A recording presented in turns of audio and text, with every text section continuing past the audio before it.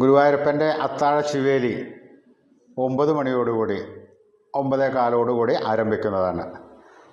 ആ അത്താഴ ശിവേലി 3 പ്രദക്ഷിണം ഒരാനയെ ഉണ്ടാവുകയുള്ളൂ. അതിനുശേഷം ചുറ്റുവിളക്കാണ്. അപ്പോൾ 3 ആന വരുന്നതാണ്. ഇടയ്ക്കവാദ്യത്തോടു കൂടിയിട്ടുള്ള എഴുന്നള്ളിപ്പ് 3/4 മണിക്കൂർ, സുമാർ 1 മണിക്കൂറോളം നീണ്ടു നിൽക്കുന്നതാണ്. ഈ സമയത്ത് ക്ഷേത്രത്തിലെ ചുറ്റുവിളക്കുകളിലെല്ലാം കത്തിക്കുന്നതാണ്. ഒരു തിരി നമ്മൾ കത്തിക്കുന്നത് നല്ലതാണ്, ശ്രേയസ്കരമാണ്, കുടുംബ ഭദ്രത ഉണ്ടാവുന്നതാണ്.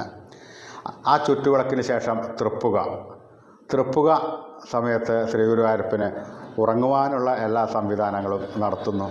ക്ഷേത്രം കീഴ്ശാന്തി നമ്പൂതിരിയാണ് ചെയ്യുന്നത്. ഇതേ സമയം പുറത്ത് 10കാരൻ വാര്യർ ഓലവായനയും നടത്തുന്നു. അതാത് ദിവസത്തെ വിവരങ്ങൾ, എല്ലാ വഴിപാടുകളുടെയും വിവര